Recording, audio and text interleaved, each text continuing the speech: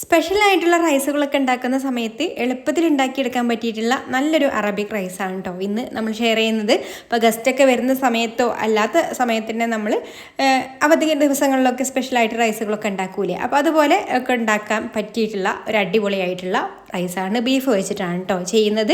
അപ്പോൾ അതിനായിട്ട് ഞാനിവിടെ 1 കിലോഗ്രാം ബീഫാണ് കേട്ടോ എടുത്തിട്ടുള്ളത്. ബീഫ് എടുക്കുമ്പോൾ ഇതുപോലെ കുറച്ച് നെയ്യും എല്ലൊക്കെ ഉള്ള പീസ് എടുക്കുകയാണെന്നുണ്ടെങ്കിൽ നല്ല രുചിയായിരിക്കും കേട്ടോ. അപ്പോൾ അത് ഞാൻ ആദ്യം നമുക്ക് വേവിച്ചെടുക്കാൻ വേണ്ടിയിട്ട് കുക്കറിലേക്ക് ചേർത്ത് കൊടുക്കാം. പിന്നെ ഒരു തക്കാളി മുറിച്ചെടുത്തിട്ടുണ്ട്. അതുപോലെ തന്നെ ഒരു 10-12 അല്ലി വെളുത്തുള്ളിയും ഒരു ചെറിയ കഷ്ണം ഇഞ്ചിയും 2 പച്ചമുളകും കൂടെ മിക്സർ ജാറിലേക്ക് ഇട്ട് കൊടുത്തിട്ടുണ്ട്. ഇനി നമുക്കിതൊന്നങ്ങ് അരച്ചെടുക്കാം. ഒരുപാട് നല്ല പേസ്റ്റ് പോലൊന്നും ആവണ്ട, ചെറിയൊരു തരിയൊക്കെ ഉണ്ടായാലും കുഴപ്പമില്ല കേട്ടോ. അപ്പോൾ ഇതുപോലെ ഒന്ന് അരച്ചെടുത്തതിന് ശേഷം ഇനി നമ്മൾ ഈ ഒരു ബീഫിലേക്ക് ഇത് ചേർത്ത് കൊടുക്കാം. പിന്നെ ബീഫ് കട്ട് ചെയ്തെടുക്കുമ്പോൾ കുറച്ചൊരു വലിയ പീസാക്കിയിട്ട് വേണം കേട്ടോ കട്ട് ചെയ്തെടുക്കാൻ വേണ്ടിയിട്ട്. ഇനി നമുക്കിതിലേക്ക് പൊരിച്ച ഉള്ളി ചേർത്ത് കൊടുക്കാം. ഞാനൊരു 2 സവാളയാണ് കേട്ടോ പൊരിച്ചെടുത്തിട്ടുള്ളത്. അപ്പോൾ അതിൽ നിന്ന് കുറച്ച് അവിടെ മാറ്റി വെച്ചിട്ട് ഒരു ഹാഫ് പിടിയൊക്കെ അവിടെ മാറ്റി വെച്ചിട്ട് ബാക്കിയുള്ള സവാള പൊരിച്ചത് ഇതിലേക്ക് ചേർത്ത് കൊടുക്കുന്നുണ്ട്. ഇനി മല്ലിയില അരിഞ്ഞതും പുതിനയില അരിഞ്ഞതും കൂടി ചേർത്ത് കൊടുക്കാം. മല്ലിയില അരിഞ്ഞത് ഒരു ഹാഫ് പിടിയേ എടുത്തിട്ടുള്ളൂ കേട്ടോ. ഇതൊക്കെ നമ്മൾ എത്രത്തോളമാണ് ബീഫ് എടുക്കുന്നത് അതിനനുസരിച്ചിട്ട് എടുക്കാം. അതുപോലെ തന്നെ പുതിനയില അതിൻ്റെ ഒരു പകുതി മതി. പിന്നെ നാരങ്ങ നീര്, ഒരു ടേബിൾ സ്പൂൺ നാരങ്ങ നീരും, അതുപോലെ തന്നെ ഒരു 1/4 കപ്പ് നമ്മൾ നേരത്തെ മുറിച്ചെടുത്തിട്ടുള്ള ആ ഒരു പുറത്തുകാലിൻ്റെ നീരുണ്ടല്ലോ അതും കൂടെ ചേർത്ത് കൊടുക്കാം. അതിൻ്റെ ഒരു ജ്യൂസ് നമ്മൾ പിഴിഞ്ഞെടുത്താൽ മതി കേട്ടോ. ഇനി ഇതിലേക്ക് ഒരു 1/4 കപ്പ് തൈര് ചേർത്ത് കൊടുക്കുന്നുണ്ട്. അധികം പുളിയുള്ള തൈരാണെന്നുണ്ടെങ്കിൽ ഒരുപാട് ചേർത്ത് കൊടുക്കണ്ട. അപ്പോൾ ഞാൻ പുളി കുറച്ച് കുറവുള്ള ഒരു തൈരാണ്, അതുകൊണ്ട് ഒരു 1/3 കപ്പ് ഇതിലേക്ക് ചേർത്ത് കൊടുത്തിട്ടുണ്ട്. അപ്പോൾ നിങ്ങളെ കയ്യിലുള്ള തൈരിൻ്റെ പുളിക്ക് അനുസരിച്ചിട്ടുള്ളത് ചേർത്ത് കൊടുക്കാം. പിന്നെ പാകത്തിനുള്ള ഉപ്പും 1/2 ടീസ്പൂണ് മഞ്ഞൾപ്പൊടിയും, പിന്നെ ഒരു 1/4 ടീസ്പൂണ് മല്ലിപ്പൊടിയും, 1/2 ടീസ്പൂണ് കാശ്മീരി മുളക് പൊടിയും ചേർത്ത് കൊടുക്കുന്നുണ്ട്. ഈ മസാലകളൊക്കെ കുറേശ്ശെ, ഈ ഒരു പൊടികളൊക്കെ കുറേശ്ശെ ചേർത്ത് കൊടുത്താൽ മതി കേട്ടോ. ഇനി നമുക്കിതിലേക്കൊരു 2 ടീസ്പൂണ് അറബിക് മസാല ചേർത്ത് കൊടുക്കാം കേട്ടോ. ഈ ഒരു മസാല മാത്രമേ നമ്മൾ കുറച്ച് കൂടുതൽ ചേർക്കുന്നുള്ളൂ, ഒരു 2 ടീസ്പൂണ്. ബാക്കിയൊക്കെ നമ്മൾ കുറേശ്ശെ ചേർത്ത് കൊടുത്തിട്ടുള്ളൂ കേട്ടോ. അപ്പോൾ അതൊക്കെ നമ്മൾ എത്രത്തോളാണോ റൈസ് എടുക്കുന്നത് അതുപോലെ ബീഫ് എടുക്കുന്നത് അതിൻ്റെ ഒക്കെ ഒരു അളവിനനുസരിച്ചിട്ടുള്ളത് ചേർത്ത് കൊടുത്താൽ മതി. ഒരുപാട് മസാലകളുള്ള ഒരു റൈസ് അല്ല കേട്ടോ ഇത്. ഇനി ഇതെല്ലാം കൂടി നന്നായിട്ടൊന്ന് കുഴച്ചെടുക്കാം. നന്നായിട്ട് തന്നെ കുഴച്ചെടുക്കുക കേട്ടോ, കൈ വെച്ചിട്ട് തന്നെ കുഴച്ചെടുക്കുക. പിന്നെ ഇതിൽ വെള്ളമൊക്കെ ഉണ്ട്, അപ്പോൾ ഇനി നമുക്കിതിൽ എക്സ്ട്രാ വെള്ളമൊന്നും ചേർത്ത് കൊടുക്കേണ്ട ആവശ്യമില്ല. അപ്പോൾ നന്നായിട്ടൊന്ന് കുഴച്ചെടുത്തതിന് ശേഷം ഇനി നമുക്ക് കുക്കർ അടച്ച് വെച്ചിട്ട് ബീഫ് ഒന്ന് വേവിച്ചെടുക്കാം. ഇനി റൈസ് വേവിക്കാൻ വേണ്ടിയിട്ട് വെള്ളം വെച്ചിട്ടുണ്ട്. അതിലേക്ക് നമുക്ക് പട്ട, ഗ്രാമ്പു, ഒരു 3 ഏലക്കായും ഒരു 3 കഷ്ണം പട്ടയും 3 ഗ്രാമ്പൂവും ചേർത്ത് കൊടുത്തിട്ടുണ്ട് കേട്ടോ. അതുപോലെ തന്നെ നമ്മുടെ മുസമ്പിയുടെ ഒരു തൊലി ഉണ്ടല്ലോ അത് ചെറുതായിട്ടൊന്ന് മുറിച്ചതും കൂടെ ചേർത്ത് കൊടുത്തിട്ട് നന്നായിട്ടൊന്ന് തിളച്ച് കഴിഞ്ഞതിന് ശേഷം പിന്നെ അതിലേക്ക് നമുക്ക് പാകത്തിനുള്ള ഉപ്പ് ചേർത്ത് കൊടുക്കാം കേട്ടോ.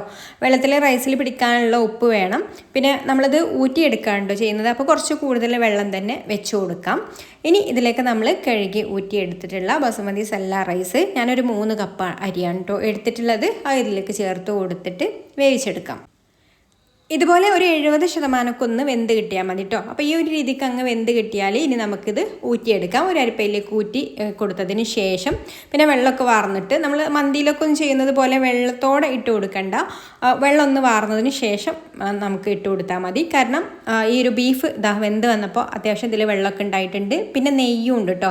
അപ്പോൾ ഞാൻ ഒരു കാര്യം വിട്ടുപോയി, ഇതിൽ നെയ്യ് ഉണ്ടായതുകൊണ്ട് പിന്നെ ഇതിൽ വേറെ ഓയിലൊന്നും ചേർത്ത് കൊടുത്തിട്ടില്ല കേട്ടോ. അപ്പോൾ റൈസിലേക്കായാലും നമ്മൾ വേറെ ഓയിലോ നെയ്യോ ഒന്നും തന്നെ ചേർത്ത് കൊടുക്കുന്നില്ല. ഈ ഒരു ബീഫിൻ്റെ നെയ്യ് തന്നെ ഉണ്ട് കേട്ടോ. അപ്പോൾ അതന്നെ മതി ഇതിൻ്റെ ഒരു നല്ല ഫ്ലേവറൊക്കെ കിട്ടാൻ വേണ്ടിയിട്ട്. അപ്പോൾ ഇതിൽ അത്യാവശ്യം ഒരു പാകത്തിനുള്ള വെള്ളം ഉണ്ട് കേട്ടോ. കൂടുതൽ വെള്ളം ഉണ്ടെങ്കിൽ ഒന്നങ്ങ് വറ്റിച്ചെടുത്തിട്ട് ഈ ഒരു റൈസ് ഇട്ട് കൊടുത്താൽ മതി കേട്ടോ. ഇതിപ്പോൾ പാകത്തിലാണ് കിട്ടിയിട്ടുള്ളത്. ഒന്നങ്ങ് ഹൈ ഫ്ലെയിമിൽ വെച്ചാൽ കുറച്ച് പാകത്തിലുള്ള വെള്ളം കിട്ടും. ഇനി ഇതിൻ്റെ മുകളിലേക്ക് ഈ ഒരു റൈസ് മുഴുവനായിട്ട് ഊറ്റിയെടുത്തിട്ടുള്ള റൈസ് ഇട്ട് കൊടുക്കാം. പിന്നെ നമ്മൾ നേരത്തെ പൊരിച്ച ഉള്ളി കുറച്ച് അവിടെ മാറ്റി വെച്ചിട്ടുണ്ടായിരുന്നു കേട്ടോ. അപ്പോൾ അത് ഇതിൻ്റെ മുകളിൽ ഇട്ട് കൊടുക്കാം. എന്നിട്ട് കുക്കർ അടച്ച് വെച്ചിട്ട് നമുക്കിതൊന്ന് വേവിച്ചെടുക്കണം. അതായത് റൈസ് മുഴുവനായിട്ട് വെന്ത് വന്നിട്ടില്ലല്ലോ, അപ്പോൾ ബാക്കി നമ്മൾ ഈ ഒരു ഇതിൽ കിടന്നിട്ടാണ് കേട്ടോ വേവേണ്ടത്. അതുകൊണ്ടാണ് അപ്പോൾ അങ്ങനെ വേവുമ്പോഴാണ് കേട്ടോ ആ ഒരു മസാലയിലുള്ള ഫ്ലേവറൊക്കെ നന്നായിട്ടൊന്ന് റൈസിലേക്ക് പിടിക്കുള്ളൂ. ഇനി ഒരു 5 മിനിറ്റ് ഹൈ ഫ്ലെയിമിൽ വെക്കുക. അതിൽ വെള്ളം ഉണ്ടായതുകൊണ്ടാണ് കേട്ടോ ഹൈ ഫ്ലെയിമിൽ വെക്കുന്നത്. പിന്നെ ഒരു 5 മിനിറ്റ് ലോ ഫ്ലെയിമിലും കൂടെ വെച്ച് കംപ്ലീറ്റ് ആവിയും പോയതിന് ശേഷമാണ് കേട്ടോ ഇപ്പോൾ ഞാൻ തുറക്കുന്നത്. അപ്പോൾ നല്ല കറക്റ്റായിട്ട് നല്ല സോഫ്റ്റായിട്ട് ഒന്ന് വെന്ത് കിട്ടിയിട്ടുണ്ട് കേട്ടോ നമ്മുടെ റൈസൊക്കെ. ബീഫ് ഓൾറെഡി വെന്തതാണല്ലോ, അപ്പോൾ ആ ഒരു മസാലയും ആ ഒരു നെയ്യൊക്കെ റൈസിലേക്ക് അങ്ങ് കയറി വന്നിട്ടുണ്ട്. അപ്പോഴാണ് കേട്ടോ അതിൻ്റെ ആ ഒരു കറക്റ്റ് ഫ്ലേവറും ഒക്കെ കിട്ടുന്നത്. ഇനി നമുക്കിതാ വേറൊരു പാത്രത്തിലേക്ക് മാറ്റിയിട്ട് എല്ലാം കൂടി നന്നായിട്ടൊന്ന് മിക്സ് ചെയ്ത് കൊടുക്കാം കേട്ടോ. ആ ഒരു ബീഫും ആ ഒരു മസാലയും റൈസും എല്ലാം കൂടി നന്നായിട്ട് മിക്സ് ചെയ്ത് കൊടുക്കാം കേട്ടോ. ബീഫിൻ്റെ നെയ്യൊക്കെ എല്ലാ ഭാഗത്തും ഒന്ന് ആകാൻ വേണ്ടിയിട്ട്. അപ്പോൾ അതാ ഇത്രയേ ഉള്ളൂ, നമ്മുടെ അടിപൊളിയായിട്ടുള്ള ബീഫ് കാബിരി റെഡി ആയിട്ടുണ്ട്. നല്ല ടേസ്റ്റി ആയിട്ടുള്ള ഒരു റൈസാണ് കേട്ടോ. അപ്പോൾ നിങ്ങൾക്ക് സ്പെഷ്യലായിട്ടൊക്കെ ഉണ്ടാക്കിയെടുക്കാൻ പറ്റിയിട്ടുള്ള റൈസാണ്. അപ്പോൾ നിങ്ങൾക്ക് ഇഷ്ടമായിട്ടുണ്ടെങ്കിൽ ലൈക്ക് ചെയ്യാനും ഷെയർ ചെയ്യാനും ചാനലൊന്ന് സബ്സ്ക്രൈബ് ചെയ്യാനും ഫേസ്ബുക്കിലാണ് കാണുന്നതെന്നുണ്ടെങ്കിൽ പേജ് ഒന്ന് ഫോളോ ചെയ്ത് സപ്പോർട്ട് ചെയ്യാനും കൂടി മറക്കല്ലേ. അപ്പോൾ ഇനി മറ്റൊരു നല്ല റെസിപ്പിയുമായിട്ട് അടുത്ത വീഡിയോയിൽ കാണാം. താങ്ക്